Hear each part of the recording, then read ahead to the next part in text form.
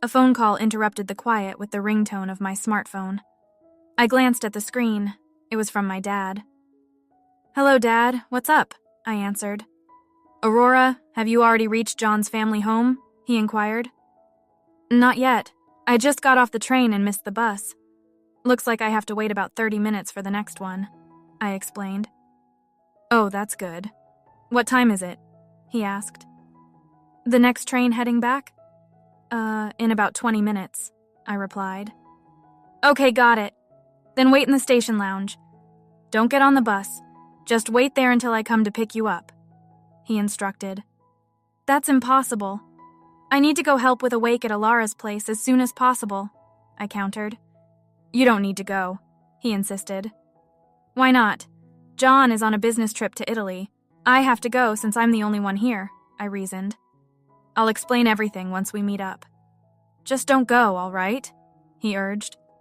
"Oh, okay. I'll wait then," I agreed, puzzled by my dad's urgency. Why is Dad so frantic about calling me when I'm on my way to my deceased in-laws' house? Despite my doubts, I decided to wait for my dad. My name is Aurora Gabrielson. I've been married to John for 3 years. Currently, I work part-time at a bookstore close to the nearest station. My husband, John, works in the system development department of a multinational corporation. His company, expanding both domestically and internationally, focuses on developing and building ID systems, so he often travels abroad for half of the month. John's family home is in a rural area, and they continued farming until his father passed away. The first time I visited with John, well, since I'm alone, my cooking becomes pretty casual. All I eat is rice and pickles. His mom, Alara, while laughing, served me rice and her homemade pickled cabbage. The delicious rice and superb pickles were a real treat. "Alara, this is delicious. I can't think of any other words but delicious. I eat it every day," I complimented her. She seemed pleased to hear that. "Feel free to have seconds," she offered. When leaving, she gave me pickles and ordered tea from Oregon and rice from Idaho. It feels like it just happened yesterday, on the first day I met her. I felt we would build a good relationship. It takes about 2 hours by car to reach John's family home. It also takes about 2.5 hours by train and bus. This morning, I got a call from Lily about Alara's death. "Hello, Aurora. Alara passed away a little while ago. The wake is tonight. Can you make it by 2 p.m.?" she informed me. "Yes, I understand. But John is currently overseas on a business trip. I'll try to contact him, but I'm not sure if he can return today or tomorrow," I replied. "Oh, is that so? That's fine. Just you come," Lily said, sounding oddly happy. "Can you give me the specific time and location when you are ready? I want to contact my parents," I requested. "Of course, and don't forget to bring a black apron," Lily reminded me. "Sure, I won't forget. Thanks. I'll be in touch later," I said before hanging up. Checking the time on my phone, it was 9 a.m. There's a 6-hour time difference with Italy, so it's 3 a.m. there. Is John asleep? But this can't be helped. I tried calling, but it went to voicemail after 7 rings. "Alara passed away. The wake is tonight, our time, and the funeral seems to be tomorrow. Can you make it back?" I left a message on the voicemail. So now it's just waiting for a response. After that, I called my boss at the bookstore where I work to request some time off. I need to call my mom next, I thought. "Hello, Mom?" I said when she picked up. "Oh, Aurora, are you off from the bookstore today?" she asked. "Yeah, I took the day off. You see, this morning I got a call that Alara passed away," I explained. "What? She was still young. What happened?" My mom reacted with shock. "I just found out myself and don't know the details, but I'm getting ready to head there now," I said. "That's so hard to believe. I'll let your dad know. I only know that the wake is tonight. I'll call you back as soon as I have the time and place, all right? Gabriel might not make it in time for tonight, so take care, okay? Talk to you later," my mom said before hanging up. Now I need to get my things together. As I opened my closet, a black handbag in front of my morning clothes caught my eye. This black handbag was given to me by Gabriel's mom when she visited our house 2 months ago. It's good to have one nice item like this. You can use it for a long time, she had said while handing me the bag, still in its box. Alara was always a gentle and calm speaker, and she taught me the bare minimum about the customs and relations of their old family, as I was not very familiar with them. Gabriel and Aurora, you're living in the city, so don't worry about country relationships. You have your way of life in the city, right? When in Rome, do as the Romans do, she said with a smile. When Gabriel and I had been married for about half a year, we attended a relative's wedding in the city and ended up staying at his family home for a night. Since we rarely got the chance, we went shopping together in the shopping district and then went to a karaoke box where Gabriel's mom made her karaoke debut. She was so happy about it, smiling all the time. Aurora, in the 42 years since I married into the Gabrielson family, I've never had this much fun. Thank you, Alara, really, I reminisced. Enjoying the story so far? Show your support by liking and subscribing to our channel. Now, let's dive back into the story. I'm always happy to hang out, so come visit anytime. That makes me so happy. Maybe I'll come over again. Absolutely. By the time we got married, John's father had already passed away, and Gabriel left home for college, while his brother moved out when he got a job. Until Gabriel's father passed away 3 years ago, Alara had hardly ever left their rural town. I used to help with the fields, go to the rice paddies, and check on our rental apartments and houses. The year would just fly by, so after Dad passed away, I decided to stop farming and take it easy for a while. She used to say in her usual calm and cheerful manner, "Come to think of it, I've never seen Alara get angry. She was kind to everyone and never imposed her opinions on others. I want to be a grandma like her someday." I thought vaguely. I packed clothes for a few days and my morning attire into a suitcase and reached for the formal bag that Alara had given me. As I grabbed the handle and placed the bag on my lap, my sight seemed to blur. Although I hadn't shed any tears when I heard the news of her death, now they were streaming down my face. I must have been holding back my emotions, willing not to upset Alara. As precious memories of Alara flooded my mind, I hugged the bag and cried out loud. I never imagined saying goodbye so soon. We were supposed to go shopping and to karaoke next month, and she had promised to come stay with us for a while when the baby was born. When I found out I was pregnant last month, she was the happiest and congratulated me every time. I picked up something that reminded me of Alara. All the memories from these past 3 years came rushing back. No. I can't get caught up in memories now. I need to get ready. I can't keep Lily and the others waiting. I glanced at the clock. It was already 10:30 a.m. I need to hurry. As I stepped out of the house, I received a call from Lily. "Aurora, have you been able to reach Gabriel?" "No, I'm sorry. There's a 6-hour time difference, so it's the early morning there. I couldn't get through." "Oh, I see. Well, that can't be helped. The wake is tonight at 7 p.m., and the funeral is tomorrow at 11 a.m.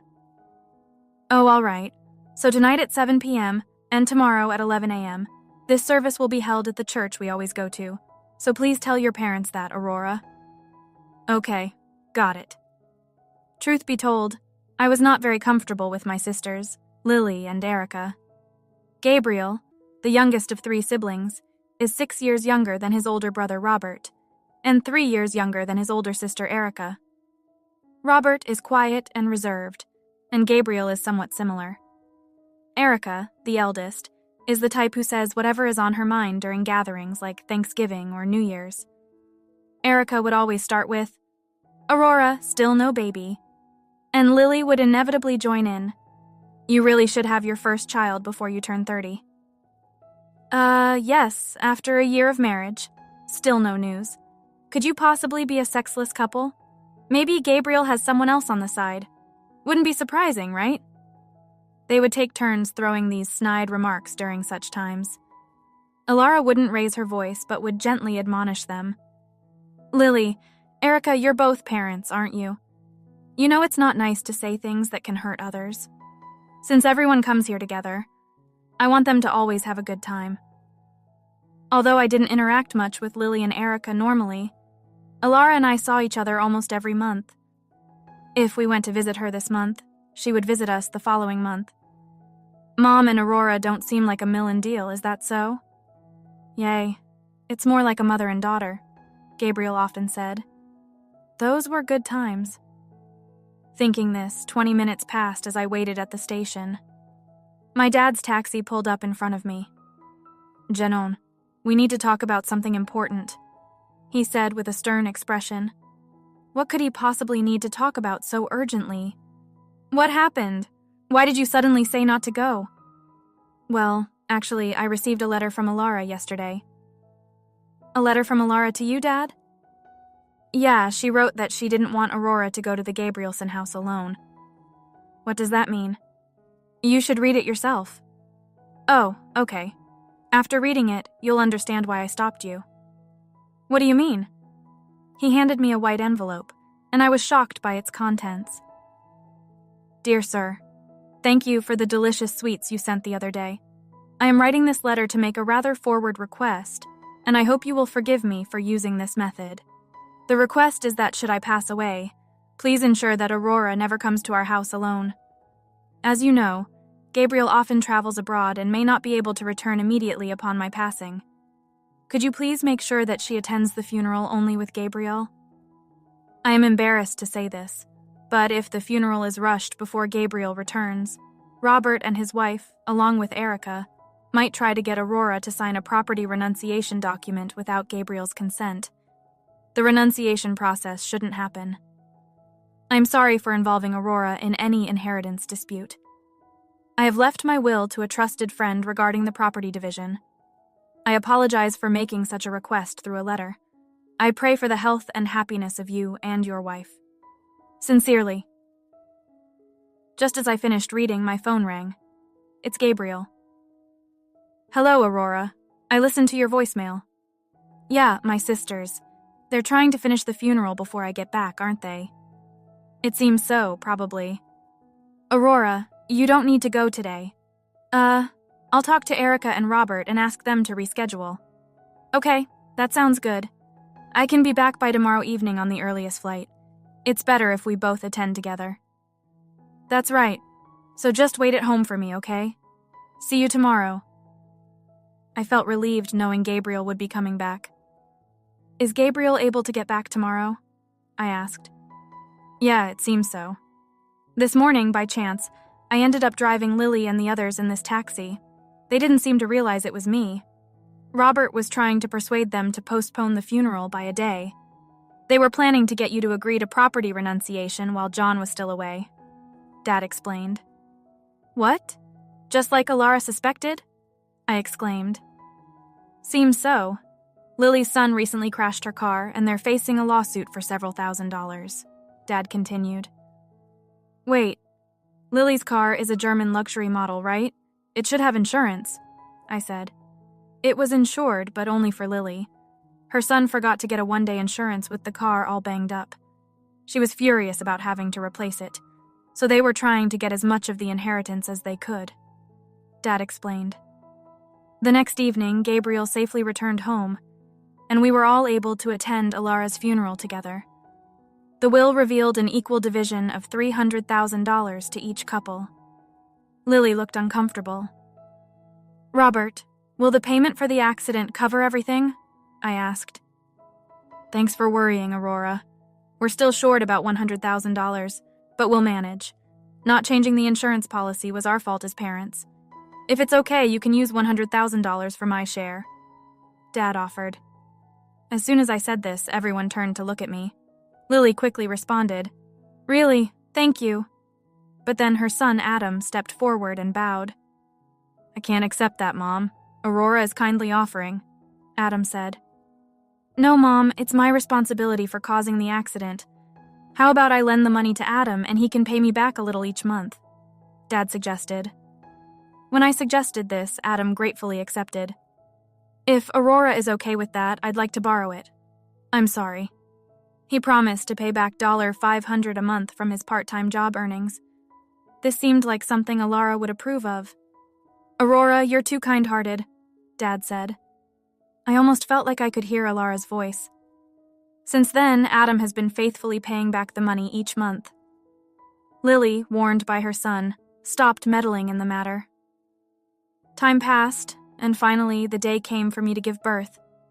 Gabriel sent me off to the delivery room with a smile. If Alara were still here, she would have been with me, encouraging me. Thinking this, I entered the room. It took some time since it was my first childbirth, but a healthy baby girl was born. "Congratulations," said the nurse as I smiled at my crying baby. After a few days in the hospital, it was time to go home. Gabriel had been given some time off from work so we could cherish our time as a family. Soon, we'll visit Alara's grave with our daughter. I smiled, imagining Alara's joyful face at seeing the baby. Thanks for watching. How did you find the story? Let me know in the comments below. Don't forget to like this video and subscribe to our channel for more awesome stories like this. Your feedback and support mean a lot.